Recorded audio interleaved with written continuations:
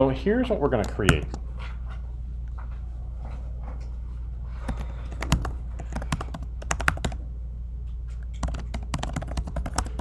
So we're not using live share? I still have the live share going, but only a few of you are in. And I will try and push the code to GitHub as often as I can. If I fail to, someone yell at me.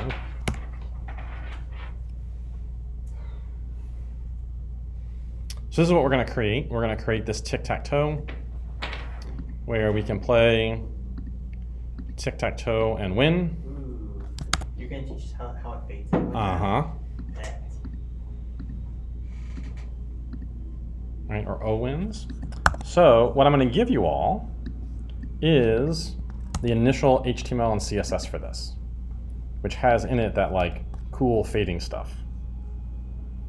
So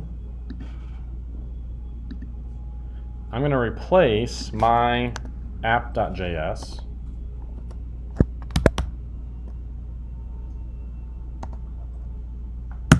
with, oh my god, so slow, with, bless you, Bless you. with the HTML from this project. So let's see here. Let's grab this, and I'll put this in, I'll make sure this is in GitHub as well. So here's what the HTML is going to look like. Come on, prettier. What happened to pretty fine? There it goes. So here's the HTML, and then let's grab the CSS. And what I've done in the CSS for this project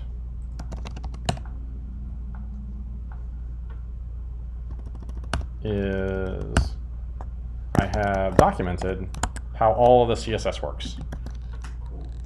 So if you're curious as to how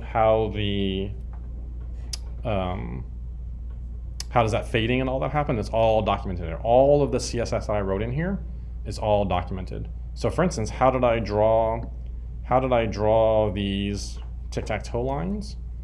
Well, if you look in the app.js, let me commit this so you all can see it. So it will be in week 4. This will be in week 6.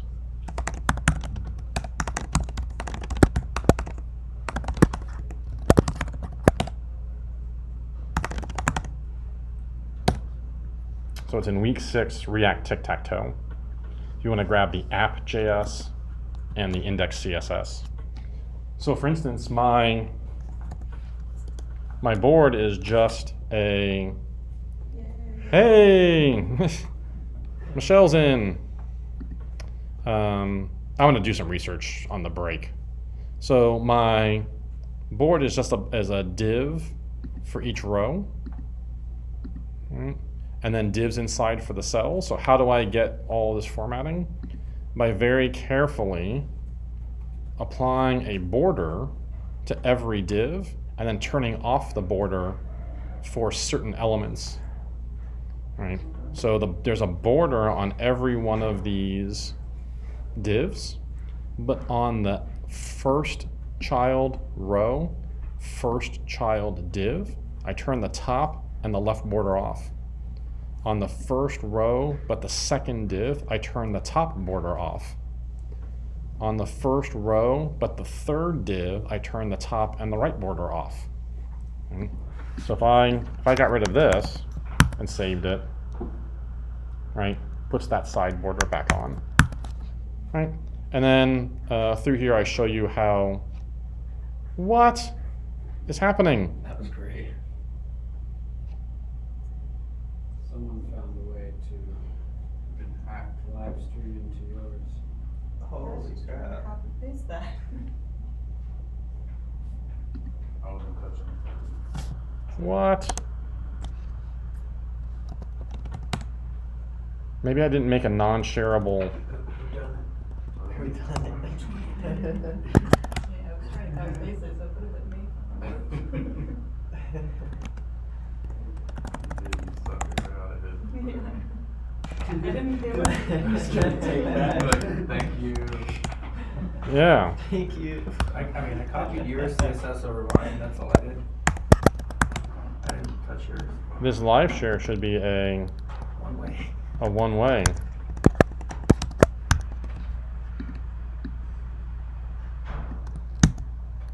Yeah, I don't think I can type into yours. It says read only on all my screens.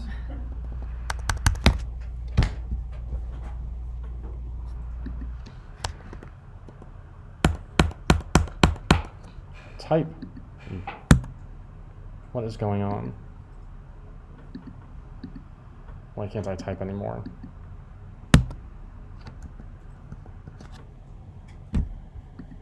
My ability to type has gone away.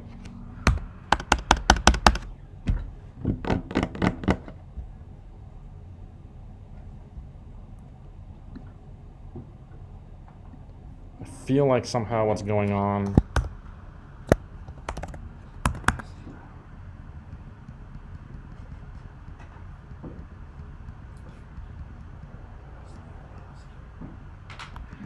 I feel like maybe what happened is like somebody took over the session. Yeah, maybe if someone types, you know, Yeah. Let me try. Someone go in and like at the top of the index CSS type something. Cannot edit, read only editor. So who else is in? Your mind should Edit. have done Cannot edit. That's it, three, first sign out, new sign out. it. You say read only, Michelle? Yeah, mine's read only. All right, I'm gonna close this index CSS. I'm gonna reopen it.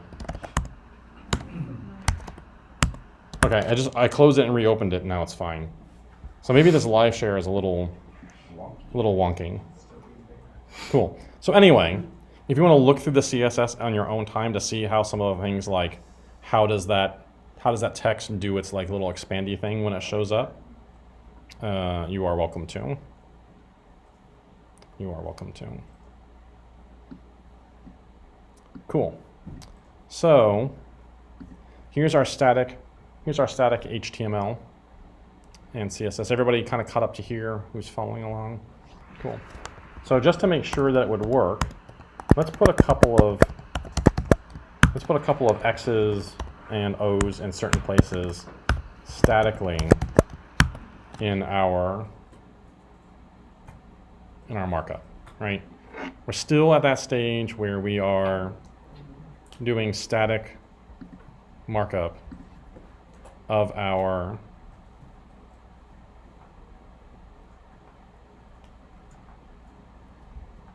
what's going on here? Why am this is not refreshing. X's and O's, right? So just in a couple of those divs, put a couple of X's and O's just to see that it's refreshing. Cool. So now what we'd like to do is to track the board state somehow, right? We want to be able to keep track of what's in these X's and O's, what's in each of these squares. So let's define a constructor, and then let's set, not poops, super props. That's a typo. And let's make the board an empty array.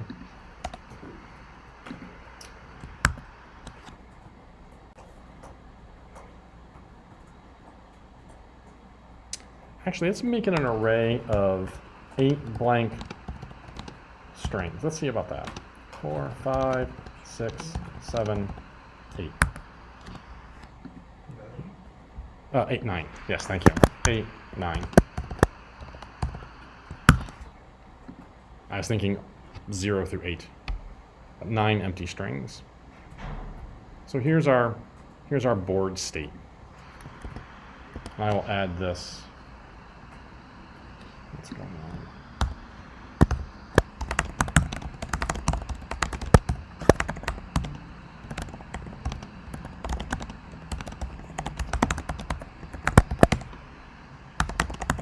And for those who are copying from GitHub, I push that to GitHub.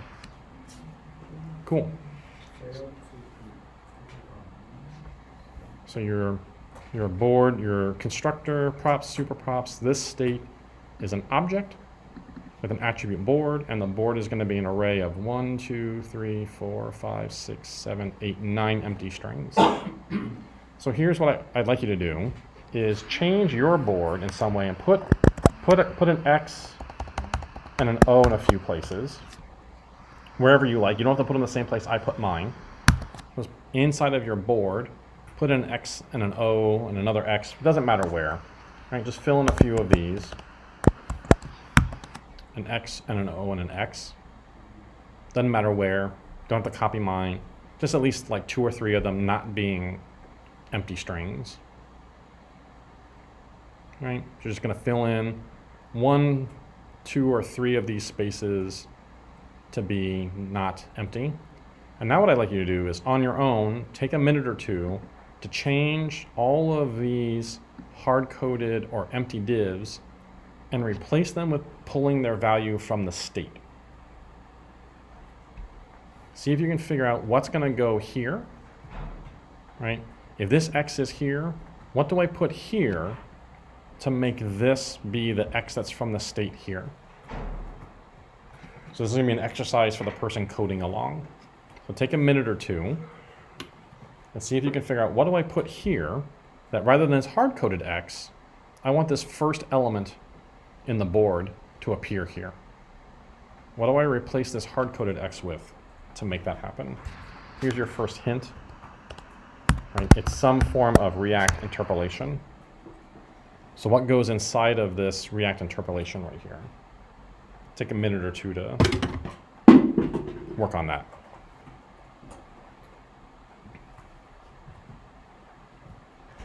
Get our brains back into gear.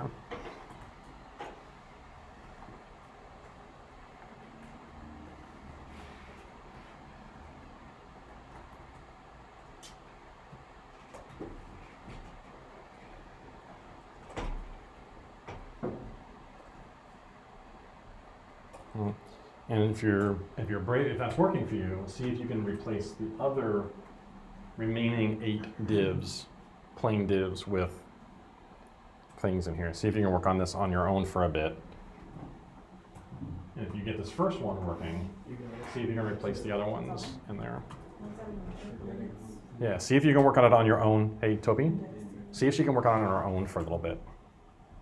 So the exercise here is see if you can kind of work on it on your own for a few minutes, and then we'll talk about how to work through it. So this is the exercise like this. We're gonna get our brains back in it, see if we can think about it, and then if there are questions when we come back in a second, and then we'll go over it. I thought I had it, and then you said it had to be interpolated. So you're gonna start like this, an interpolated JSX. So what goes inside of this JSX tag? So the first hint here is that it starts with an interpolated JSX, and something goes in here. The next hint is it starts with this dot something. This dot something. Well, I have that. Mm-hmm. I'm confused. So this is what I have, And do you have the X showing up? or what I wanted. Yeah, then it's working.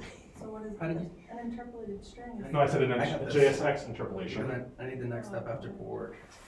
You have to Select. choose the index. Right. Yep.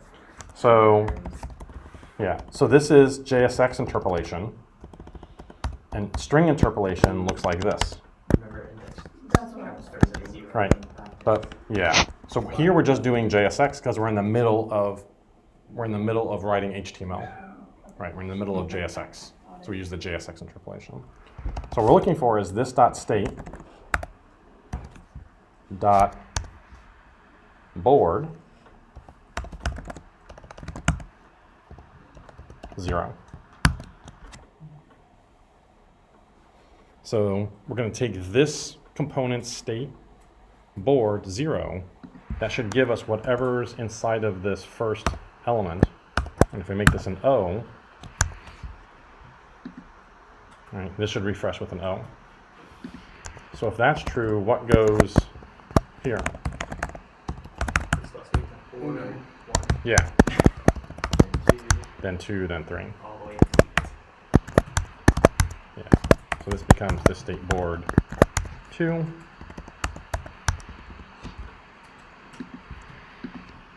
then I'm going to copy and paste.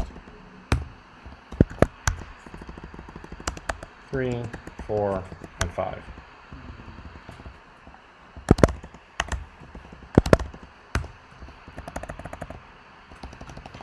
And then 6, 7, and 8. Now, whatever is inside of our state now reflects the state of the state of the board. Right, so your app.js looks something like this. Let me commit that. Let's do it from here. Using state to fill in the board. Commit. Push. Go in. Right, so whatever we fill the board in with, right, then we can have the state reflect that. So let's change the state to be an empty new game. Like, let's not pre-fill any of this. We were just doing this to see if our game was working. So set your board back to being empty. Okay. And now what we want is the ability to be able to click on some of these cells, some of these squares. So see if you can add what goes right here to make this point on the board clickable. So let's make this first div clickable. So work on this for a minute or so. Right. What's the bit that we put in here to make this div clickable?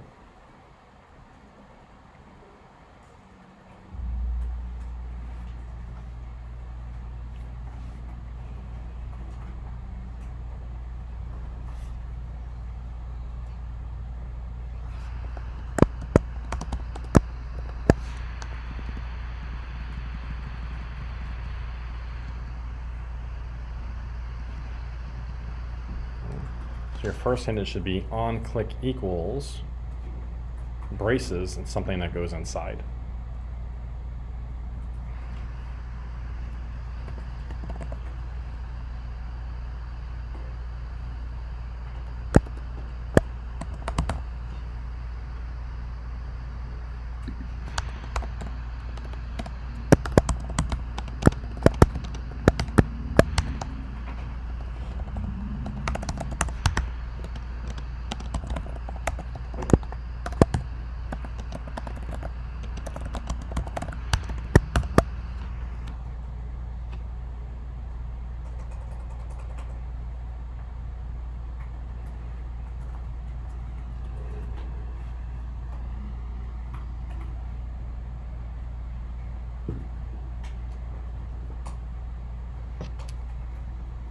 So what you should have is an on-click equals this dot the name of some function. On-click equals this dot whatever you want to call your function. I called mine underscore click. You can call it whatever you like. Right? Taco Tuesday. Handle click, click on a square, my click. And my habit is to define that function. Right? This is whatever you want to call it. Doesn't have to be underscore click. Taco Tuesday. But it's going to take an event, and we're just going to console log, hey, a square was clicked.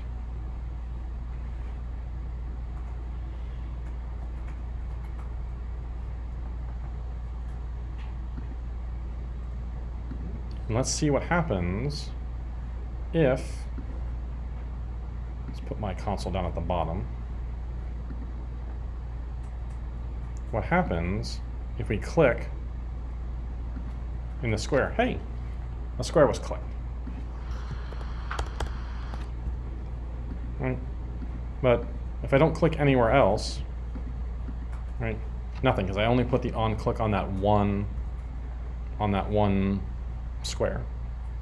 So does everybody have an on click equals this dot something and a function where it says, hey, a square was clicked?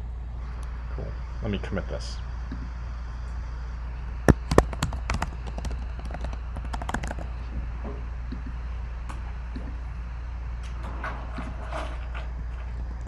Cool. Now what we'd like to be able to do is make that square an x, right? So we'd like to be able to make this square right here an x. So here's what we're going to do. Let's see if we say, let's say, since we know this is the 0th element, let's make the board 0 and x. And let's set the board back to this .state.board. So inside of your click handler, let's see what happens if we do this.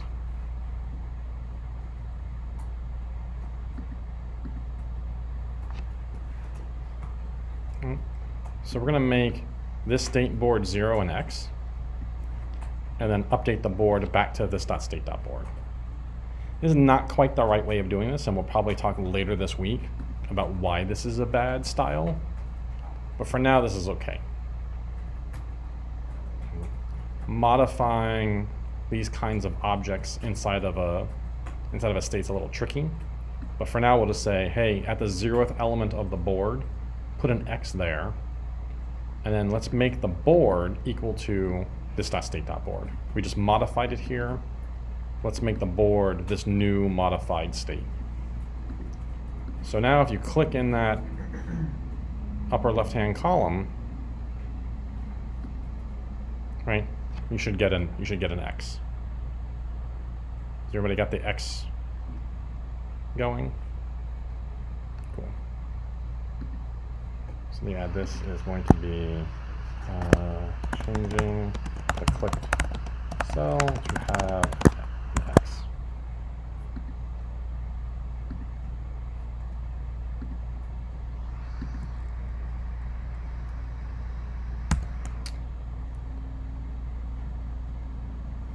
Cool.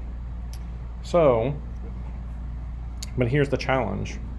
What if we did this? What would happen if we made this same on click on the second square? That's what I did. This dot underscore click. So what happened, Frank, when you did this? Failed to compile. Oh, okay, so this shouldn't fail to compile.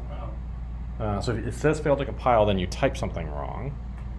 So somebody else try this. Put your on click on a second element and see what happens.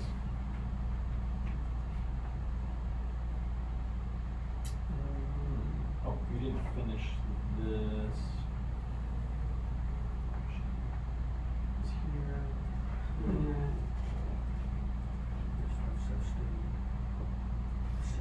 This is not good. Unexpected change. This next state is a board. Click is an event. Console line. Board. That closes that. Oh, your constructor is missing a close right there. Okay. Yeah, we go. Thank you. So what happened when we put this click on the second square and you clicked on it? Put the X in the first spot. Put the X in the first spot. Right. Why is that happening? Because we hard-coded. Yeah, we hard-coded the 0 right here. Right, so it doesn't know that this is clicking on this square versus clicking this square. Right, so we need some way of knowing which square we're on. Right? So there's a bunch of different ways we can solve this. Let's go through a couple of them just so you can see what the various ways are. So the first way we could do it is what's a thing we could add to this div if we were trying to style them differently? What are the couple of things we could add here to style this div differently than this div?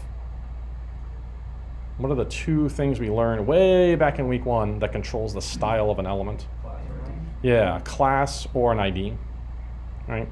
So we could put a class name on this of 0, and we could put a class name on this of 1, or we can make this an ID, and make this an ID. Is there an ID, like, you know how you do class name? Is there an ID? I mean, is it ID name? No, just ID. Just ID? Yep. So if we make this we make this class name 0, right, and class name 1. Inside of here, so add a class name 0 and a class name 1 to each of these divs. And then inside of the click, instead of console logging a square was clicked, let's console log the event target. Actually, let's just console log the event.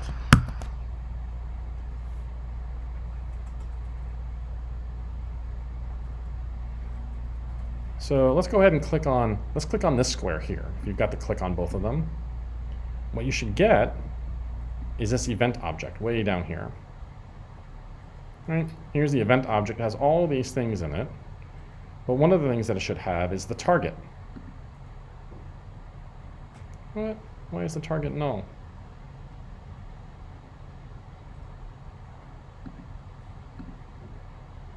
Event target. What?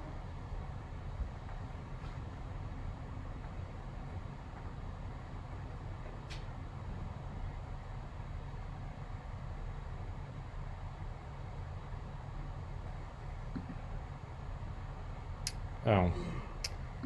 Yeah, maybe we should console log the event target. Because React's console logging is a little bit weird here. Because what I want to get to is we can use that class name. We can use this class name in our logic. So if we console log the event target, you see we get div classes 1. But if we click over here, we get div classes 0.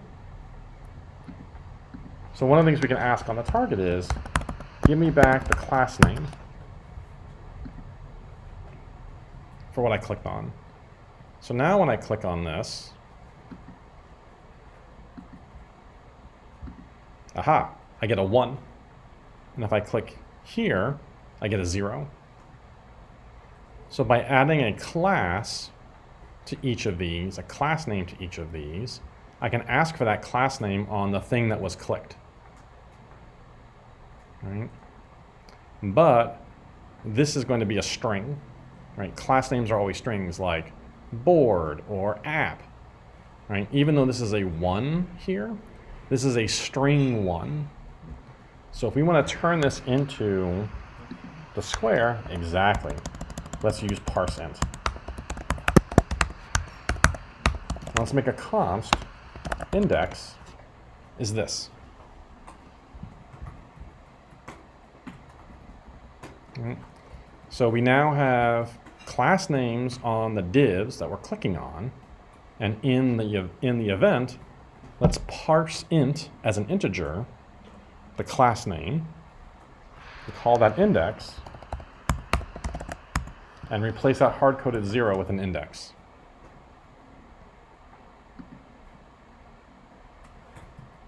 Now what should happen if you click in this upper left-hand square, sorry, let's click in the middle square, you get an X where you're supposed to get an X. Right? You get an X where you're supposed to get an X. Right? So let me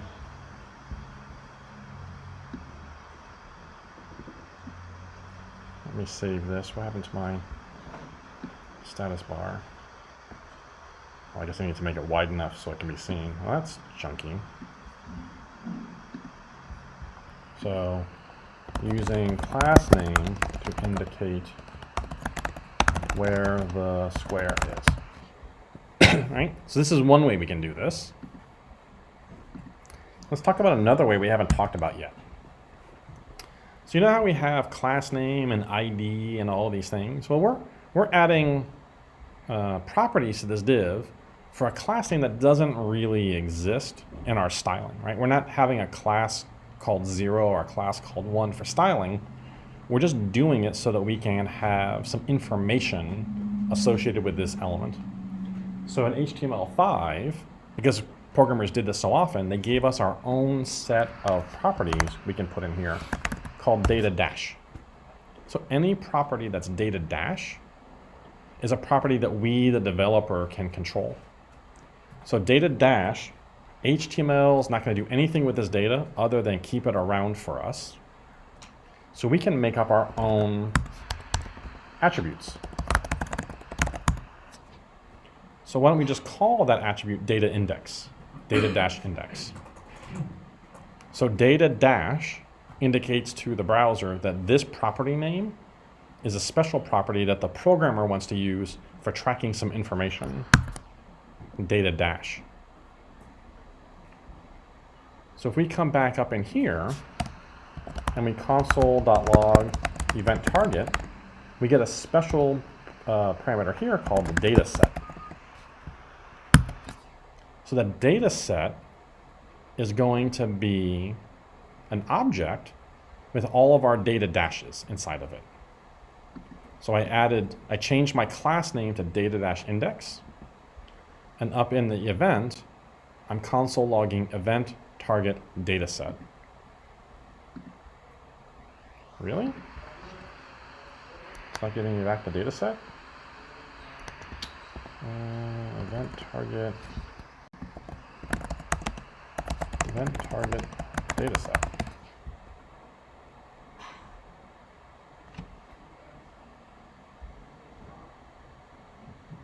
To do.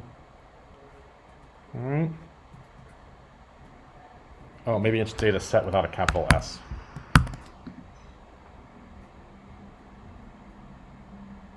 I expected the camel casing, but I think it's not camel case. It's just data set as one. It considers that one word.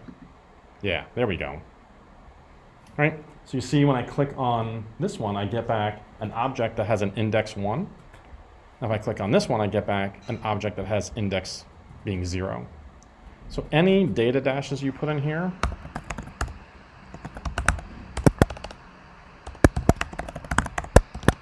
right? So I'm going to put a data dash taco on this one, but not put it on the other one. So any data dashes you put in, the thing after the dash becomes the, so here's our index 1. But on this one, I have taco is Tuesday and index is 0 because data dash taco and data dash index. So this is a good way if you have information associated to an element that you want to track, you can get access to it inside of any function that happens to deal with that element. So this is probably the way we should do this. So rather than event target class name, let's parse int event target dataset dot index.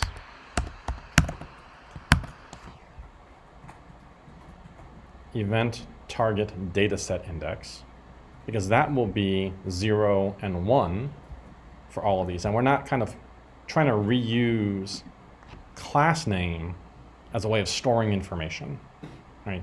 The fine folks who made up HTML gave us data dash for this. So let's commit this. These are HTML5 data dash attributes to store the index of the square. Cool. So take a minute now and repeat the data dash on all the rest of the, and the onclicks on all the other elements. Right, so let's take this data dash and onclick and add it here. Right, so this will be index what? 2. Yep, and let's complete this everywhere else. Any questions on this? Yeah, what was the top word you had the hidden target data set index was? The index is parse int that, because the datas will always be strings. Do we Question? still need to parse in if we're getting a number from? We do, because it's not actually a number, it's a string. So if you look at the console log,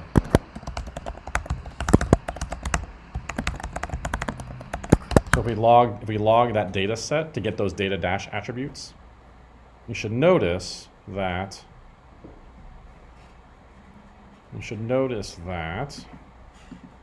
it's a string. See the index 1? It's still a string. Because you can store anything in there. You can store my name in there. So HTML is not going to make any assumptions that even though that looks like a number, It's not going to give it to you a number. It's going to give it to you as a string that contains a number inside. And that's why we need the %. My question was, when you put index at the end of that event target data set index, what is that index? So see we called it index, right? If I decided to call this data dash square number, right? Feel free to do this if you want.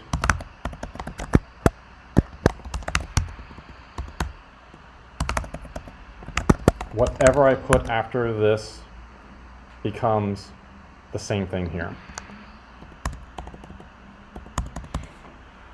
So that would be if you have multiple data sets? There's only one data set. So, Like, meaning different things? yeah. I'm just wondering, because when I console log it, there's no difference between event target data set and event target data set index. The console log is the same thing. One should give you an object, and one should give you a number. So if you console log this, so I changed mine to be called square number. So here's my two console logs, the event target data set and the event target data set square number. So I changed my datas to square numbers. So if I click on this, let me reload. Oh, and I made it lowercase. Let me just call it square instead of square number, because that's confusing the situation. Let's just call it square. We have to deal with capitalization. All right. So what Toby was asking is, what's the difference between those? Data set's always going to be an object, and the keys of that. The keys of this is data set right here. This is the data set on line 15. This is data set. And then this is the value of data set square. Data set square is 1. So you could theoretically like do data square and data triangle. Mm-hmm. Yeah. Confuse the hell out of everybody, or just use it to select. Yeah, so when an HTML element has some data associated with it, like, hey, which index into this board is this element? Data dash is where you should store those things. And you'll see modern web apps will have data dash, like 15 things on them, if there's 15 different bits of data that go along with that element. So since I started with index, I'm going to go back to index, just so I don't confuse anybody.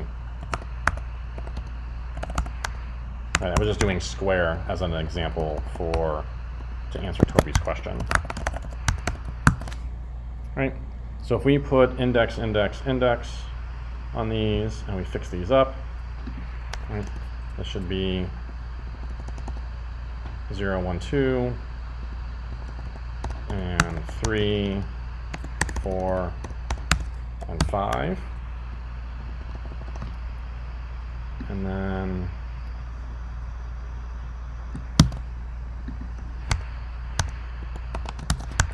six, 7, and 8. So let's make this 6, 7, and 8. So if we've done this right, they should all be clickable. Wait for it to reload. X, X, X, X, X, X, X, X, and X. Okay.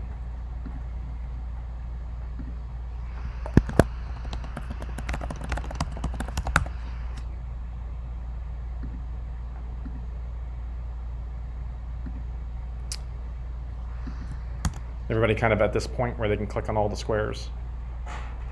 Cool. So what's the next obvious problem? Switch into an X and Yeah, everybody's getting an X, right? We need to be able to switch which player is which. So let's do this. I'm going to add a new state. Let's call this current player. And let's make this be X.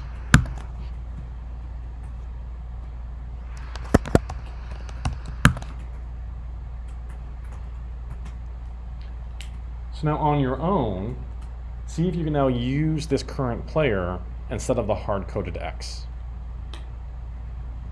Okay. Instead of the hard-coded X, how do we make that dependent upon the state?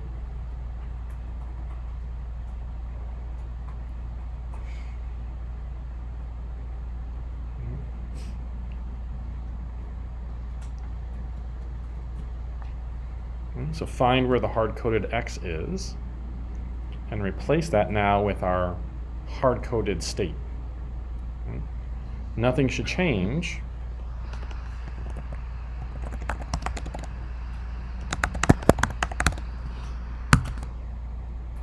Nothing should change if we do this. We still have the X. X, X, X. But now we have the current player in state. So you should have changed the hard-coded X where it says the state board index is this state current player.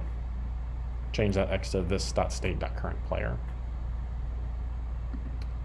So now, let's do this. So let's make a variable new player.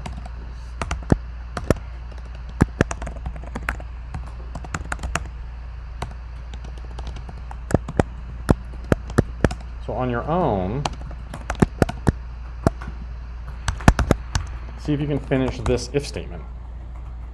If this .state.current player is an X, what do we want the value of new player to become? See if you can write out what goes inside of this part of the if and this part of the else. If the current player is X, Should new player be like its own function? no. Let's call it next player instead of new player. Let's call it next player. Right?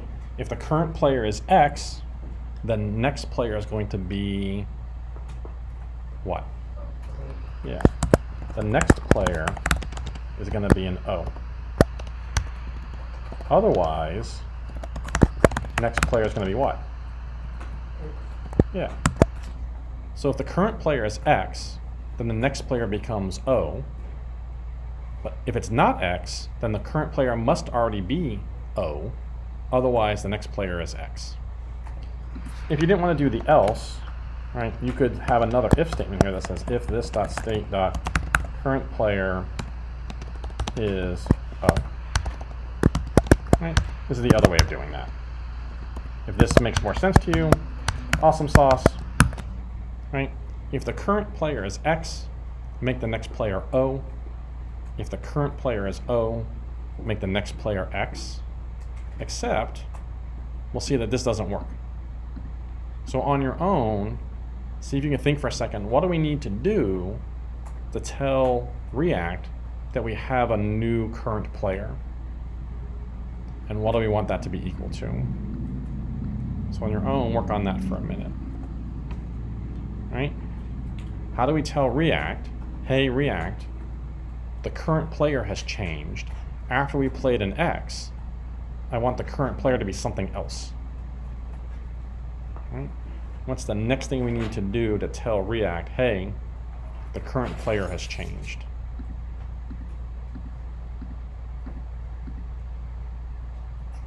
Hint, it goes in here.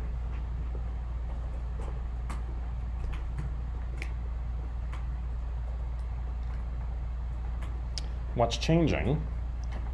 What part of state is changing, and what's it changing to? Right?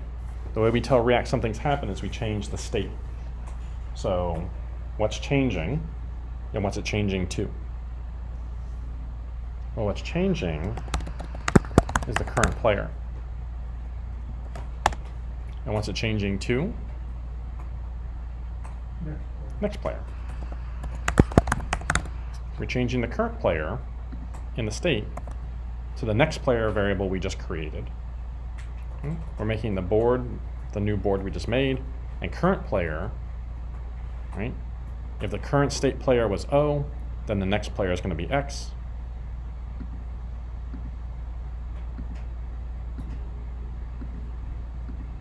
And this should toggle as we go. The other way we could do this is we could do it without a next player variable. And we could just say this dot set state current player to O. And we could say this dot set state current player to X. Maybe this makes more sense to you this way. Right? If the current player is X, change the current state to be the current player is O, and if state current player is O, set the state current player to be X. They're the same thing except we just didn't use a variable here. And now as we click around, right, O's become X's and X's become O's. Let's do one more thing before we break, and then we'll finish this up when we do it, review it too. Anybody notice one thing that our program is doing? Yeah, we can re-click on a cell.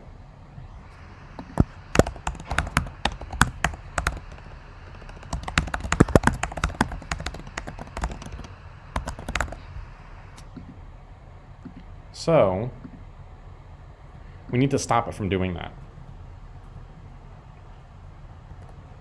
Right? We need to say if the current cell already has something, we don't want to allow a new value to change. Right? So if this is the current handling of the event, what can we put right here that says if this position in the board already has a value, then GTFO. And don't do any of the work below. Right? If this position in the board already has a value, then GTFO and don't do any of the work below. So yeah, it's also called a guard clause, also known as a guard clause. We're going to protect the rest of this code. We're going to guard the rest of this code from allowing the user to click on a square that's already occupied. So the hint is here we need an if statement. We need a GTFO. Right? If something is true, then GTFO, right? Our guard clause. Yeah. So the GTFO is the return. So how do we find the current position in the board? What's down here, right? We computed the index. So this is the thing at that spot in the index, right? This state board is our array of squares, and index is which one we clicked on. So this.state.board bracket index is which element did we click on. And we just have to say if that is anything other than an empty, get out of here. If this state board is anything other than empty, we'll just leave. So now if I click on this as an X, and I click on it again, I'm clicking, like nothing's happening, because, right, we said, get out of here, right? I can't re-click on a cell. Right? This is the idea of a guard clause. This if statement protects the rest of this code from running if the state board at where we clicked is anything other than a blank. Right? They start out as blanks, and we fill them in with X's and O's as we go along. So if what's at that index in the board is anything other than a blank, we must have an X or an O in there, so get out. So what's the last thing we don't have? Yeah, a winner or a tie. So we'll work on that at 2 when we come back. We'll finish this up when we come back at 2. And then I'm happy at 2 to help explain, like sit down and look at some of the CSS. And if you've got questions on any of the CSS, I'm happy to explain how any of that works. Oh, and I'll give you this background image as well. because there should be a background image to show inside of here. So take a look at the CSS if you're curious about how any of this works. And at 2, what we'll do is we'll finish up with the logic for winners and ties. And that will wrap up our React tic-tac-toe. Any questions on this so far? Cool. Right, it's still the same process. We start out with something hard-coded. Right, we make our HTML, we hard-code some values, we make a state, we hard-code the state, and we replace our hard-coded values with our hard-coded state. We add our event handlers, we start modifying state and see that that state gets updated as we go. Right? That process is still the same, kind of regardless of whatever it is we're working on. Right? Whether we're working on something like Scoreboard or tic-tac-toe, or what students are doing in Cohort 11 for their project, it's just a bigger amount of state and a bigger amount of data. Right? What they're doing is the same thing. Like from a macro level, they started out with their entire project just kind of hard-coded, and then they went into each part of that and made it more dynamic. Right? Just like we started out with a hard-coded tic-tac-toe board, and we've made it more dynamic. Right? So this process and this flow is kind of what we're going to do all the way through after we've learned in Unit 3 how to make a back end to feed our data. This front end process stays the same. So let me commit this. Prevents someone from clicking a square after it has an X or an O in it. And push this. Cool. Any questions? Kenny? Can you go over the parse and Yeah. line for me a little Yeah. bit? Sure. So we added to each of the divs that hold our X or an O.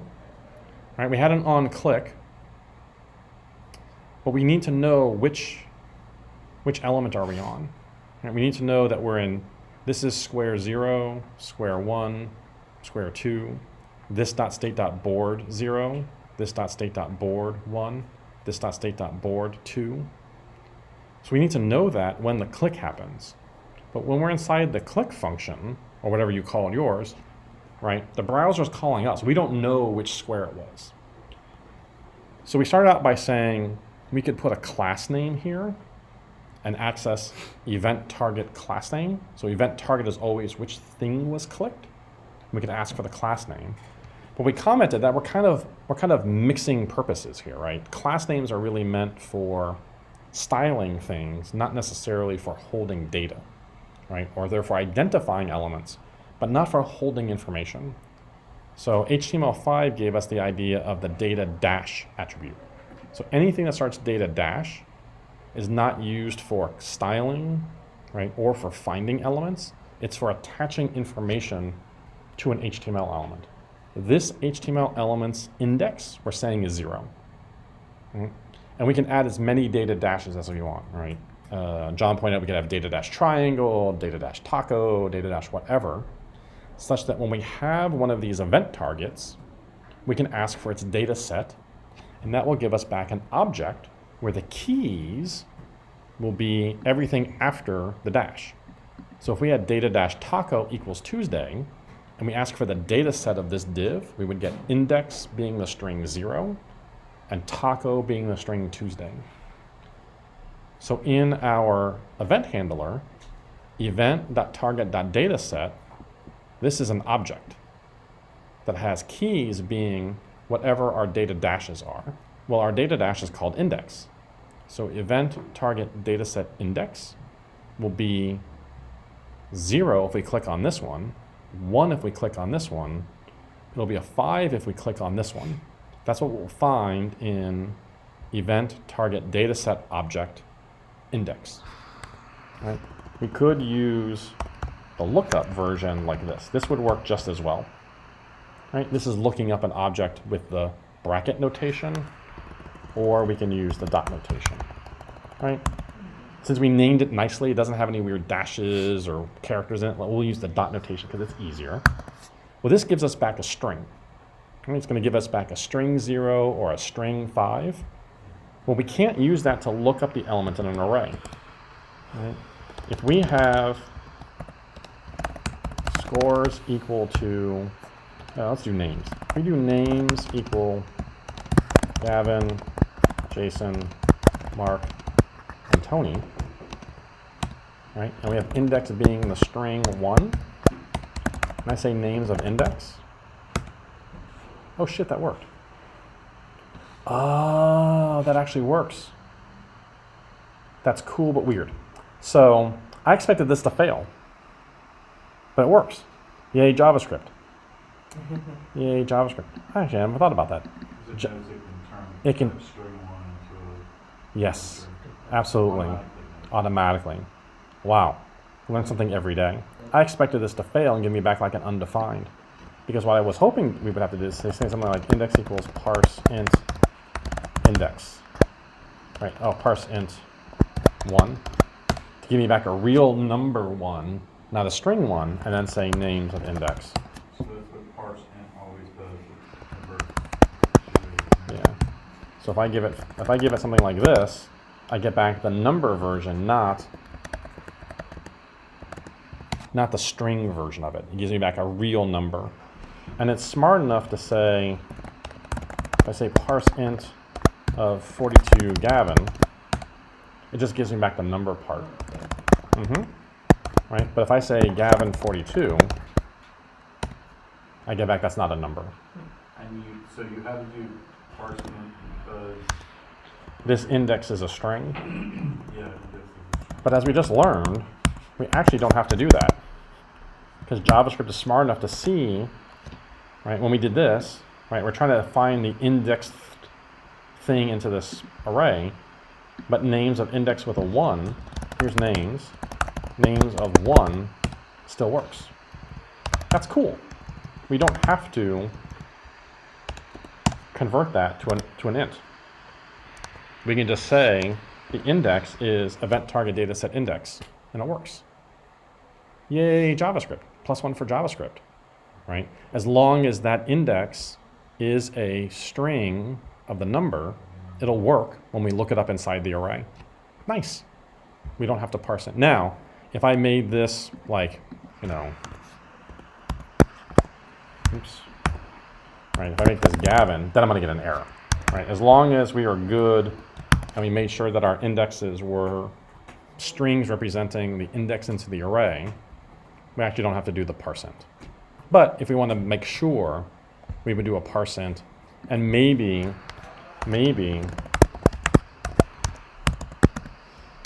right, we would say like if is not a number index GTFO, right? This is called defensive programming.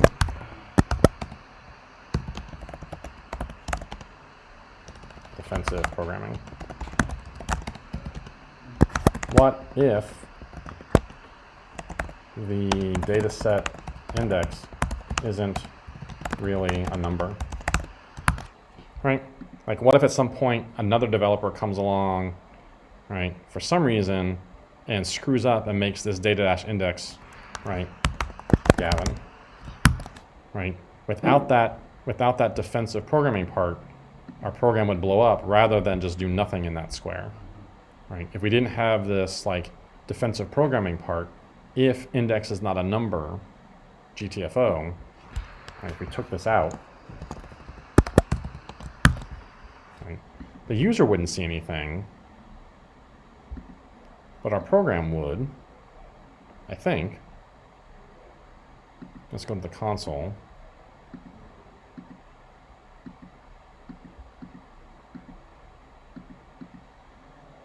Oh, it's probably still working because let's do index is parseInt Gavin. Do names of index. It's giving me an undefined. So it still works, right? Because undefined is not blank. Hey, +1 for JavaScript again. Nice. So wait, is nav, is that global or is that? Yes. Okay. Yeah, is not a number right, takes a look at the thing and says, hey, is this thing not a number?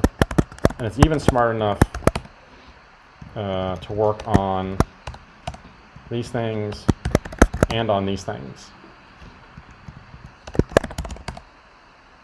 Right, it's smart enough to work on strings. You can feed it a variable that has a number in it, and will tell you, is this thing not a number? Right, but it turns out, So what if you had like Gavin space 42? yeah, this is still You have- not a number, because if it starts with something that's not a number, it considers the whole thing not a number. If you were gonna parse something like that, would it give you the string plus the number? or- No, what you'd have to do is you'd have to take the string and split it. Okay. Right, if you wanted to do this, you could say, hey, split on a space, right? And then maybe you would map the word into parse int word, right? And you get not a number 42, something like that. So take the string, break it into an array based on the space, and then turn each word into the number version of that word, something like that. Hey, we're 2 for 2 for like JavaScript kind of doing the right thing here. I like it. Is it It's good to know that. Yeah. is it probably considered good practice to do the parseint? Yeah, I would think so. I think it's probably a good practice to do the parseint and to do the defensive programming, right? Yes, JavaScript will still accept it, and it still will look up an undefined and tell us. But I think this is being a little bit more direct. Be explicit and say we want numbers. Right? Some teams will, some teams won't. Some programmers will, some programmers won't. I think it's maybe a little bit more appropriate.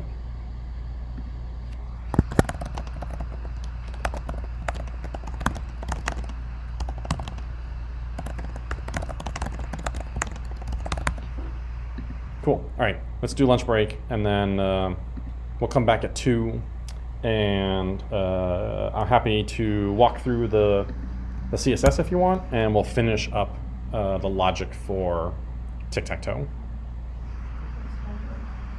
The homework for tonight is going to be, what did I decide it was going to be?